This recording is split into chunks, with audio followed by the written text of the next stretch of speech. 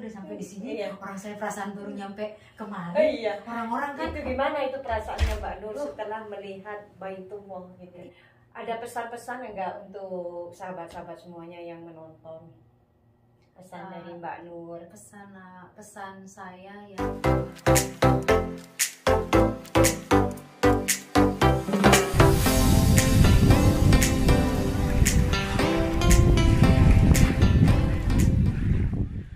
Assalamualaikum warahmatullahi wabarakatuh. Jumpa lagi bersama vlog saya Fitria Denava. Gimana kabarnya sahabat-sahabat semuanya? Mudah-mudahan dalam keadaan sehat, selalu dalam lindungan Allah Subhanahu wa taala. Amin ya rabbal alamin. Nah, sahabat, di vlog kali ini Fitria Denava sudah bersama wanita cantik yang berada di samping saya ini. Mungkin sahabat semuanya penasaran. Nah, di vlog kali ini kita akan membahas wanita cantik ini adalah seorang mualaf. Tentunya sahabat penasaran kok bisa gitu ya, jalan ceritanya seperti apa. Jadi ikuti terus video ini sampai selesai. Jangan lupa dukung terus channel saya dengan cara like, komen, dan juga di subscribe dan di share juga ke sosial media kalian jika tayangan ini bermanfaat. Oke sahabat, biar nggak panjang lebar, mungkin sahabat sudah nggak sabar ingin mendengar cerita wanita cantik di samping saya. Nah, setelah berpindah agama menjadi seorang muslim, nah, hal apa yang mungkin yang belum pernah Mbak Nur alami waktu beragama Kristen gitu? yang belum Iya. dialamin di Iya, setelah menjadi mualaf, hal apa yang mungkin hidayah apa yang tidak pernah dirasakan Mbak Nur, kenyamanan hati atau apa yang sebelum menjadi seorang muslim gitu? ya yang belum pernah dialamin di zaman dulu Kristen. Iya. Di zaman dulu Kristen, kalau dulu di zaman dulu Kristen, walaupun kita susah secara materi dilihat ya, ekonomi, tapi kalau di gereja itu kan harus happy. Iya. Happy terus kan. Iya. Gitu, harus happy. Nah, setelah di muslim, Iya. kita kita susah, kita senang, mengaduhnya itu memang harus benar-benar ke Allah. Iya.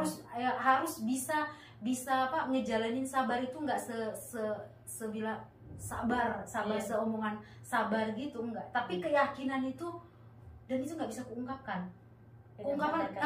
Dan keyakinan itu dan rasa syukur itu dan banyaknya doa. Iya. Doa yang udah Allah kabulkan. Banyak doa yang Iya. Allah kabulkan sama saya Setelah aku masuk Islam ini. Jadi kalau aku ceritakan, aku omongkan, kayaknya kadang gimana cara tidak bisa mengungkapkan? dilukiskan gitu Nggak ya. bisa. Mungkin cara Dengan Mbak kata-kata Fitri rasa orang. bersyukur gitu kan. Iya. Mbak Fitri bersyukur, saya bersyukur. Iya.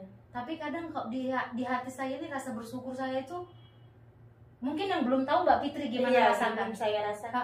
Mungkin Mbak Fitri belum rasakan. Tapi Iya. Mbak Fitri bersyukur. Insya Allah saya udah bisa rasakan rasa Iya. syukurnya Mbak Fitri. Misalnya ada sesuatu yang memberi, Iya. Mbak Fitri beri satu, saya diberi satu juga Iya. gitu. Masya Allah. Itu kayaknya ngelekat di hati tuh. Oh, Iya. ini yang udah benar gitu. Tapi mungkin berbalik lagi dengan tadi banyak keajaiban, mungkin doa-doa yang dikabulkan oleh Allah ya. Tapi pernah juga Mbak Nur tadi katanya banyak juga musibah setelah seperti rintangan gitu, Banyak. musibah setelah itu gimana itu Mbak Nur? Banyak rintangannya itu ya. Pertama dari kehidupannya dari sendiri, kehidupan dari orang tua, dari kehidupan itu, dari kerjaan ya. Iya. Dari kerjaan yang nggak biasanya saya pegang, yang nggak biasanya saya kerjain, saya harus bisa kerjain gitu. Jadi saya harus bisa ini gitu. Yang ngerasain nggak punya uang, ya sama sekali nggak punya uang, jauh dari keluarga. Kadang mengeluh ke orang, beda kalau mengeluh ke keluarga. Iya. Udah Iya. saya alamin.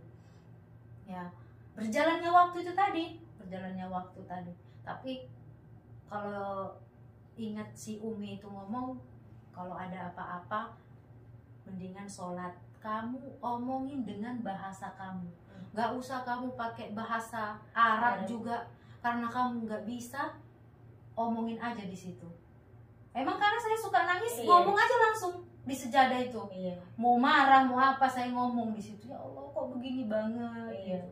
Dan memutuskan untuk ke Arab Saudi itu pertama apa yang mendorong Mbak Nur ke Arab Saudi? Saya kan tetap lagi pulang ke ibu angkat saya Iya. yang di Tangerang itu. Pulang. Dia bilang, makanya kamu itu udah aku bilang, gak usah kerja-kerja yang aneh-aneh. Kamu ngikutin jejak saya. Kamu lihat, katanya, Umi itu begini. Kata saya, Mi, saya itu belum siap. Kata saya, kalau kayak Umi, saya ngaji nggak pinter. Itu belajarnya itu. Katanya, makanya kamu diam aja di sini, duduk setahun, apa setahun setengah. Nanti uang yang datang ke kamu, kamu nggak perlu capek ngejar rezeki, katanya. Tapi sampai sekarang otak saya itu belum bisa. Jadi Umi itu Umi, ustazah. iya, dia pengennya saya ini Belajar. seperti dia. Nah, waktu saat itu saya diajak, disuruh duduk di pesantren di Sagaranten. Jauh itu dari Tangerang. Saya nggak bisa tuh hidup di hutan. Ngaji, diajarin ikro, diajarin apa di situ ya. Bukannya niat aku itu belum. Saya mikir, karena memang mikirnya, aduh saya kalau di sana saya udah dapat uang ini menghasilkan. Nah di sini saya duduk aja diem. Jadi pikirannya masih dunia. Iya, gitu ya? masih dunia, memang masih dunia. Kata saya, kata saya, Teteh, saya mau pulang ke Tangerang. Lah, kamu dititip di sini, katanya gitu. Biar di sini dulu. Dari situlah muncul saya juga harus keluar dari orang ini. Dari situ muncul otak saya harus merantau lagi. Ini udah di tempat perantauan kan sebenarnya, tapi harus lebih jauh lagi. Tapi kemana? Disitulah feeling aku pertama. Ngedenger lah. Ternyata saya pengen keluar. Ya udah kalau kamu memutuskan keluar ke Arab Saudi aja, ke Arab. Kalau ke Arab nanti bisa ketemu Umi. Kalau Umi datang bawa umroh, bisa ketemu setiap tahun. Karena memang kebetulan mereka punya travel, bukan punya travel tapi bisnisnya adalah gitu. Kadang bawa 10 orang kan gratis gitu. Nah kalau Umi ini kan ngajak kan banyak dari dia kan ngasih ke travel kan. Nah gitu. Nah saya mikir lah kalau nanti saya di Saudi ini kerja apa? Saya mempelajarin orang-orang yang pergi bekerja ke sini kan rata-rata gitu PRT gitu. Terus ya udah ngedenger kan kadang jeleknya aja lah. Ngedenger itu nanti diperkosa, nanti orang Arab itu begini tinggi besar apa gimana. 6 bulan saya belajar step by step baru saya untuk memutuskan ke sini. Dan ternyata di Saudi itu bukan cuma PRT doang yang saya tahu. Nah, dijelaskan. Jadi bisa kita yang punya skill juga gitu, dengan sesuai dengan skill kita. Praktek apa segala macam di Jakarta. Dari Jakarta majikan ngambil, kita sampai ke sini langsung ditanajulin dulu zaman dulunya itu. Nah, langsunglah saya di Mekah. Dan belum bisa ngomong juga kan, belum bisa bahasa sama sekali. Beda kalau orang yang udah muslim masih tahu dia huruf A, B, itu angka 1, 2, 3 itu masih hafal gitu loh. Kalau saya masih buta semuanya gitu. Ini angka 1, 2, 3 enggak. Tapi aku semangat karena udah sampai di sini. Belajar gitu. Saya harus bisa ini kan gitu.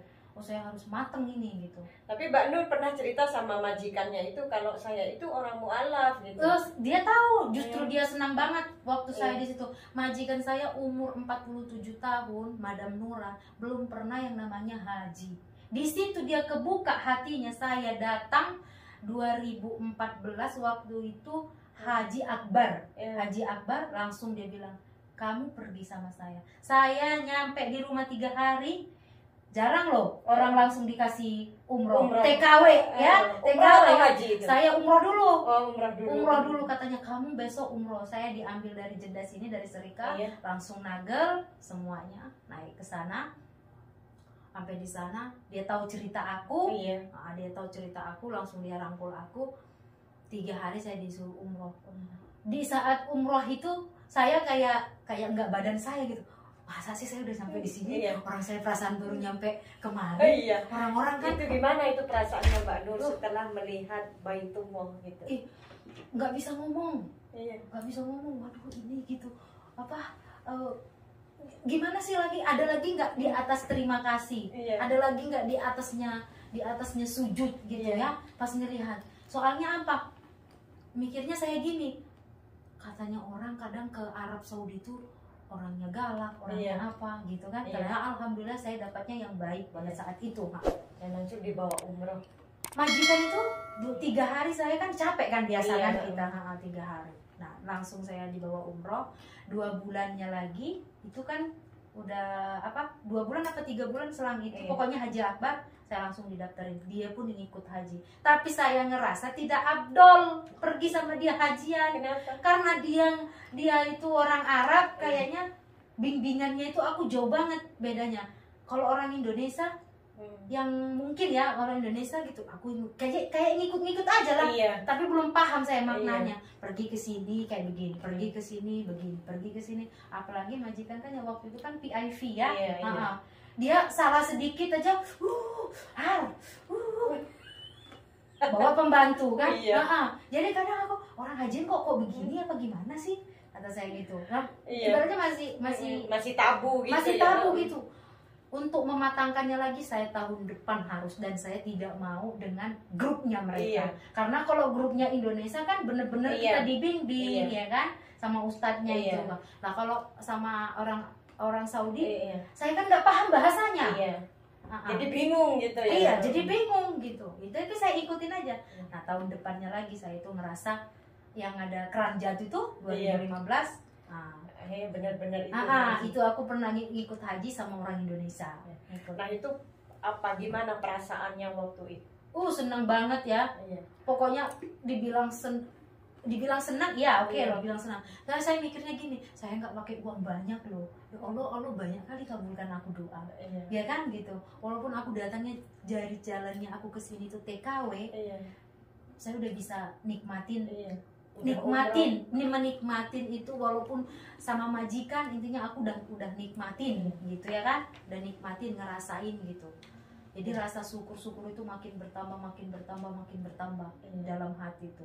Nah jadi lebih mantap ya untuk di muslim udah makin melekat, intinya udah mati pun saya harus tetap di Islamin gitu. Jadi sebenarnya saya didatangkan hidayah itu beda-beda ceritanya jalurnya. Ada orang yang langsung orang bisa pakai syar'i tertutup gitu. Ada orang yang tidak mau. Kalau saya memang jalannya masih berproses. Aku panjang prosesnya, masih dibilang kaku lah ya, kaku gitu.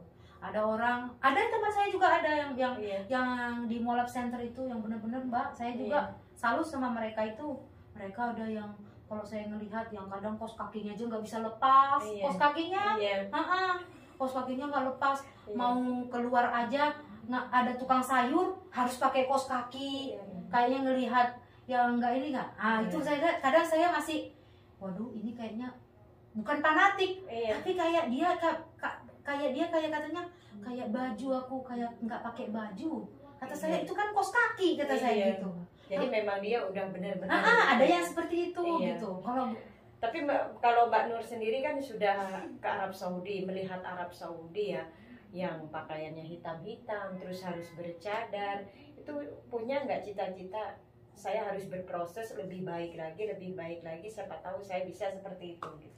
Kalau diproses untuk seperti itu belum ada sih hati saya untuk mau, karena aku masih di bidang salonnya, di bilang salon ini, dibilang pengen sih sebenarnya aku ada rasa pengen kayak mereka gitu, dilepas pakai cadar kemana-mana, sampai di Indonesia juga gitu.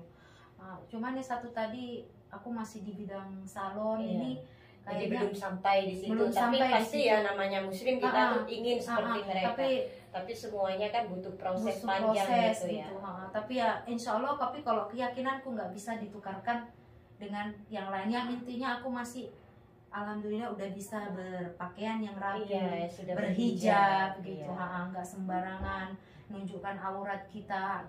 Cuman kalau nunjukkan aurat kita itu nggak sembarangan kita tunjukkan, itu udah ada rasa malunya gitu. Tapi kalau untuk sampai ini Mbak, untuk memutuskan pakai cadar keluar kayaknya belum. Insya Allah mudah-mudahan ya. Proses itu kita tidak bisa, hidayah itu memang mahal, dibilang mahal karena tidak bisa dibeli. Nggak bisa dibeli. Dengan uang segunung pun tidak bisa dibeli, karena itu dari hati. Dan itu anugerah dari Allah. Tapi ya mudah-mudahan kita semuanya ya menjadi wanita yang soleha. Amin. Amin. Insya Allah mudah-mudahan Yang menjadi wanita penghuni surga, insya Insya Allah. Allah. Insya Allah. Nah, ini Mbak Nur sudah bisa sholat, itu bisa ngaji, sudah bisa ngaji meskipun sedikit. Kalau sholat udah bisa. Sholat walaupun belum banyak aku hafal suratnya itu ya, apa surat-surat pendek kayak Qul Huwallah, terus apa? Boleh nggak sedikit mungkin Mbak Nur mengaji di sini? Mengaji saya belum Al-Ikhlas bisa. saja enggak? Maksudnya surat pendek seperti Al-Ikhlas, Qul Huwallahu gitu. Karena mungkin kan beda ya seorang mualaf dengan orang muslim biasa gitu loh Mbak Nur. Logatnya gitu. Tapi kalau Mbak Nur gak keberatan gitu. Takut nggak apa? Enggak, Mbak Nurnya malu, tapi intinya Malu, insya Allah bukan malu sih, iya. masih ada rasa takut ada salah. takut ya. salah saya nanti dikomen sama Iya, netizen. tapi insya Allah mudah-mudahan sama-sama belajar ya Mbak Iya, Nur, yang penting ya. sama-sama belajar. Insya Allah. Saya itu tadi saya bilang saya masih jauh dari kata baik itu. Iya. Saya masih jauh dari kata soleha itu masih Iya. jauh. Tapi Aku masih insya Allah mau belajar itu tadi. Iya. Mau belajar, mau untuk memperbaiki Iya. diri gitu, berusaha. Kalau ada yang negur, paling senang. Oh Iya. ini salah, oh kamu harus begini gitu. Saya terima Iya. gitu. Dan intinya sekarang sudah mantap dengan muslim Insya ya, agama Allah, yang insya Mbak Nur Allah. anut saat ini ya. Masya Allah. Apalagi ngelihat dari anak itu ya, mungkin Anak sudah ada di pesantren ya. Masya anak kan Allah. tahu cerita, Iya. tahu cerita ibunya Iya. gitu. Masya Allah. Jadi dari kisahnya Mbak Nur ini sahabat kita itu kisahnya bisa menjadi inspirasi untuk sahabat-sahabat semuanya. Mbak Nur ini seorang pejuang hidayah Mbak Nur ya, yang awalnya hanya menganut agama Islam, karena orang Batak itu apalagi untuk agama itu sangat fanatik ya, untuk jangankan bukan orang Batak aja, untuk kita semuanya, untuk agama itu bukan main-main. Tapi karena hidayah sudah menghampiri Mbak Nur, tidak ada yang bisa mengalahkan hidayah. Dan alhamdulillah sekarang Mbak Nur sudah mantap dengan agama Islam Dan pilihan. Iya.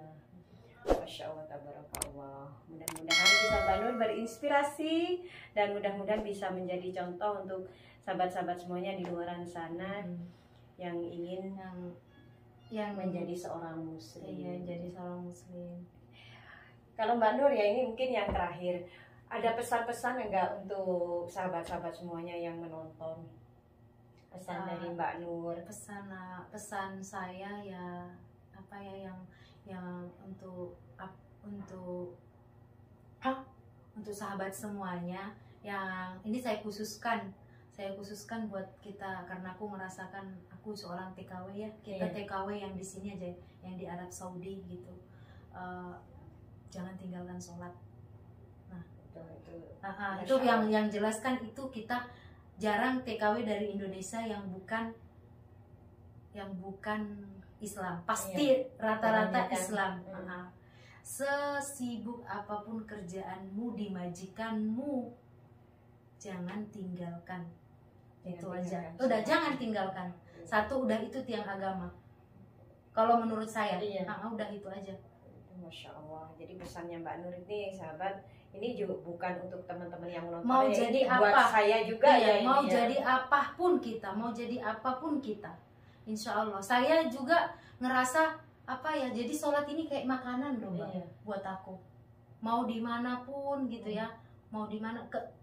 Kalau subuh aja, ibaratnya kita kan kadang suka kesiangan ya. Ya mau kadang kita bangun jam 9, mau jam 10. Rasanya itu nggak abdol kalau nggak sholat. Kalau nggak di apa, kita ambil wudhu itu nanti tidur lagi ya, dilanjut lagi, nggak apa-apa. Jadi aku udah rasa ya ini bikin kayak makanan kalau aku nggak makan itu kayak gimana. Masalah diterima nggak diterimanya, masalah sempurna apa nggak sempurnanya, yang penting aku berusaha untuk sujud memohon ampun. Mau di kerjaan apa aja, mau di apa kerjaannya. Mungkin untuk teman yang ngelihat, yang tahu, aku nggak pernah mau apa namanya, dibilang sok biar hebat gimana, enggak. mau kerja jam-jaman, lihat sama teman itu, kalau dibilang madam kef kiblat. Iya. Padahal kalau dibilang kan ada orang kan banyak yang nyepelekan Mbak, karena kebanyakan aku melihat itu mau dimanapun, mau kerja ke Koam, mau kerja kemana gitu. Karena apa? Satu, aku tengok budaya mereka di sini. Dan lihat kan, ngelihat kita budaya memang mereka. melihat Jadi orang aku tuh, Arab ya mendengar adzan langsung sholat. iya, jadi aku itu terpancingnya kepanggilnya juga dari mereka juga gitu. Dari kebiasaan kebiasaan mereka menjadi kebiasaan iya. Banur sekarang. Menjadi kebiasaan aku. Nah ini juga aku bawa ke Indonesia begitu Mbak. Aku sampai di Indonesia itu, jadi teman-teman itu di sana itu udah ngerti saya. Jadi kalau di jalan, kalau di mana, Teh Haji itu belum sholat, langsung mereka rest area lah, cari di parkiran di tempat apa. Walaupun mereka belum sholat, walaupun mereka kadang nggak mau sholat, ya kan susah kita ngajak. Kalau nggak mau gimana? Tapi mereka masya Allah ngargain saya. Yuk, Teh Haji belum sholat katanya gitu. Saya sampai dari sini itu hadiahnya aku dapat. Aku pulang di mall aja, kayak di mall, kadang kan di mall aku kadang ada acara di hotel apa di mana gitu, ngikut wedding organizer gitu kan. Kadang kan repot, di mana sih musola? Di sini. Betul. Oh di sana, di atas sana. Oh di mana? Lah saya mah kadang udah di sini aja. Orang Arab aja kayak begini kok. Iya, yang penting punya wudu ya. Yang penting saya wudu gitu, tahu kiblat benar. Sajadah itu ada terus di tas. Yang satu kan pakai pakaian saya sopan, terus sajadah kan banyak bentuknya yang kecil, masukin di situ. Selalu pusat perhatian. Saya nggak pernah peduli. Orang itu selalu ngelihat. Karena biasanya kalau di Indonesia memang ada tempat gitu. Tapi karena saya ngerasa orang sebentar kok. Iya. Yang penting terlihat sudah bersih. Iya, yang penting terlihat. Jadi mau di mana? Mau di Tanah Abang, mau di mana? Saya nggak peduli. Malah jadi pusat perhatian juga. Kadang teman saya, lu dilihatin musola kagak pada tempatnya katanya. Lu sih sembarang aja. Atau naik ke atas, musolanya di atas. Iya. Katanya. Kadang kata saya nggak harus di musola, kata saya, di sini juga kata saya, daripada lu, kata saya, kagak sama sekali. Lu mah dilihat-lihat orang kan, lu malu teman sama gua, kata saya gitu. Iya, masya Allah. Ya enggak sih katanya. Jadi intinya ini pesan dari Mbak Nur, dimanapun kita berada, kita kalau mendengar azan sholat gitu. Iya. Karena sholat itu memang tiang agama, dan setelah meninggal pun pertama yang ditanyakan itu memang perihal sholat Yang ditanyakan. Masya Allah. Jadi mudah-mudahan di video ini kita mendapatkan manfaat dan juga mendapatkan inspirasi dan pesan dari Mbak Nur. Insya Allah mudah-mudahan bisa kita jalankan, karena memang sholat adalah perintah nomor satu, kewajiban nomor satu, tiangnya sebagai muslim. Iya, sebagai Allah. Terima kasih ya Mbak Nur ya, udah berbagi kisah di channel saya. Mudah-mudahan teman-teman semuanya yang menonton juga mendapatkan hidayah. Amin. Karena hidayah itu sangat mahal sahabat, tidak bisa dibeli ataupun bisa. Tapi kalau ngejemput bisa, kita jemput bisa. Iya, dan alhamdulillah Mbak Nur sudah menjemput hidayah itu. Menjemput itu bisa. Masya Allah. Oke, mungkin hanya ini sahabat video dari Fitria Denafa. Terima kasih kalian sudah mengikuti video saya. Jangan lupa like, komen, dan subscribe-nya, dan di-share juga ke sosial media kalian jika tayangan ini bermanfaat. Jika ada pertanyaan tentang Arab Saudi, bisa langsung DM ke Instagram Fitria Denafa atau langsung tulis di kolom komentar. Oke, Fitria Denafa dan Mbak Nur undur diri. Wassalamualaikum warahmatullahi wabarakatuh. Bye-bye.